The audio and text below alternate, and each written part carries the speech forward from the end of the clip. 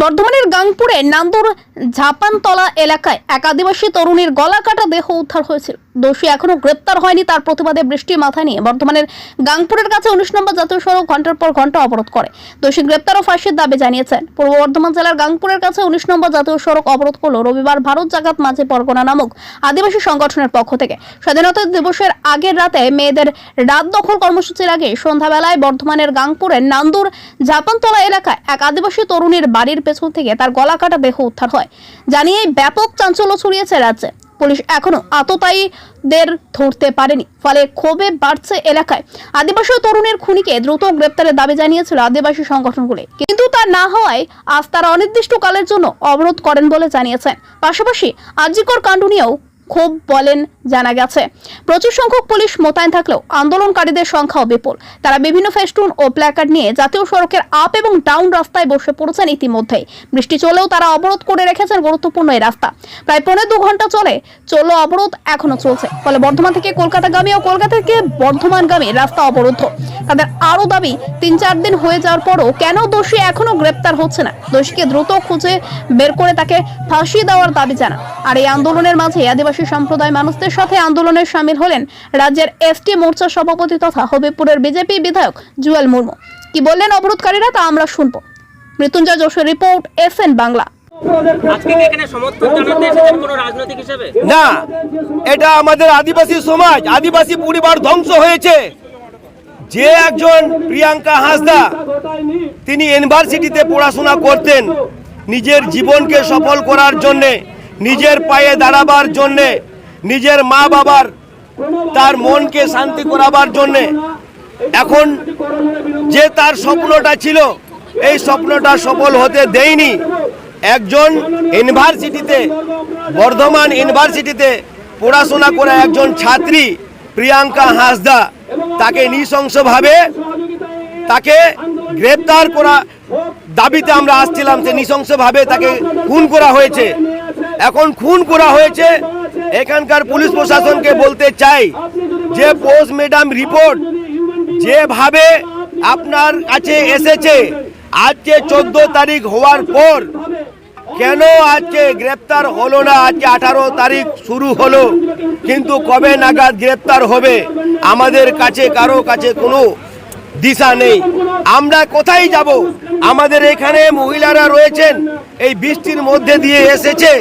এই মায়েদের সম্মান রক্ষার ক্ষেত্রে আমরা সমস্ত আদিবাসী মানুষ, আমরা আদিবাসী সংগঠন হয়ে আজকে আমরা এসেছি আমাদের আদিবাসী মহিলাদেরকে বাঁচানোর জন্যে। তার সাথে সাথে সমস্ত এই আমাদের যে এসসি অ্যাট্রোসিটি অ্যাক্টের মাধ্যমে যে শাস্তি পাওয়ার কথা, আজকে তিনি শাস্তি পাননি। আজকে আমরা বিপদে পড়েছি। কিন্তু কাকে বলবো? সরকারকে বলবো, সরকারকে ইমিডিয়েটলি ব্যবস্থা নিক। যতই বৃষ্টি হোক, যতই ঝড় হোক, আমরা এখান থেকে যাব না যতক্ষণ পর্যন্ত উপযুক্ত শাস্তি পাবে না, ততক্ষণ পর্যন্ত এইখান থেকে আমরা উঠে যাব না। আমরা যেই দোষীদের গ্রেপ্তার হয়ে আমরা ফাঁসি চাই, ফাঁসির দাবি করা হচ্ছে। এইখানে সমস্ত মা বোনরা, সমস্ত মাঝি পারগানা, সমস্ত আমরা আদিবাসী ভাই, এখানে আমরা এই হাইওয়েতে আমরা বসে আছি। না, কোনো রাজনীতির রং এখানে লাগাতে চাই না। এখানে সমাজকে বাঁচানোর জন্য আমরা এসেছি। আমরা কোথায় যাব? আমরা সমাজের মধ্যে দিয়ে আমাদেরকে যেতে হবে। সমাজ যতক্ষণ পর্যন্ত বেঁচে থাকবে না, কেউ আমরা থাকতে পারবো না। তার জন্য সমাজকে বাঁচানোর জন্য আদিবাসী পরিবারের একজন মহিলাকে খুন করা হয়েছে।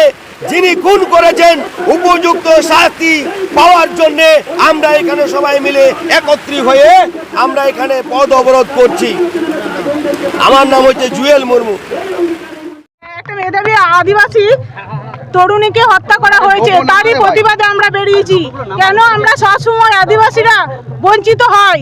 কেন আমাদের উপর এত অন্যায় হয়? আমরা কি আদিবাসী বলে? কেন আমরা কি আদিবাসী বলে কি আমাদের কোনো নেই, বিচার নেই? কেন বারবার আমাদের বঞ্চিত হতে হচ্ছে? সব সময় আমাদের উপর এত অত্যাচার কেন হচ্ছে? শাসক দল কি দেখতে পাচ্ছে না? কেন আমাদের উপর এত অত্যাচার হচ্ছে? আমরা এটার প্রতিবাদে আজকে মিছিলে বেরিয়েছি। যতদিন না আমাদের প্রিয়াঙ্কা হাঁসদার বিচার খুনের শাস্তি পাচ্ছে, ওনাকে যতদিন না গ্রেপ্তার করা হচ্ছে, ওনাকে যতদিন না ফাঁসি তুলছে, ততদিন আমাদের এই আন্দোলন চলতে থাকবে। আমরা চাইছি যেন প্রিয়াঙ্কা হাঁসদার খুনি অবিলম্বে মানে গ্রেপ্তার করে যেন ওনাকে ফাঁসি দেওয়া হয়, এটার প্রতিবাদে আমরা বেরিয়েছি। আর যতদিন না সেটা হচ্ছে আমরা কন্টিনিউ চালিয়ে যাব। এটা আজকে আপনাদের কর্মসূচি কি? আমাদের আজকের কর্মসূচি, আমাদের প্রিয়াঙ্কা হাঁসদা পূর্ব বর্ধমানের ঝাপানডাঙ্গার ঝাপানতলার প্রিয়াঙ্কা হাঁসদার দোষীকে আমরা শাস্তি দেওয়ার জন্য এই আন্দোলন করে যাচ্ছি।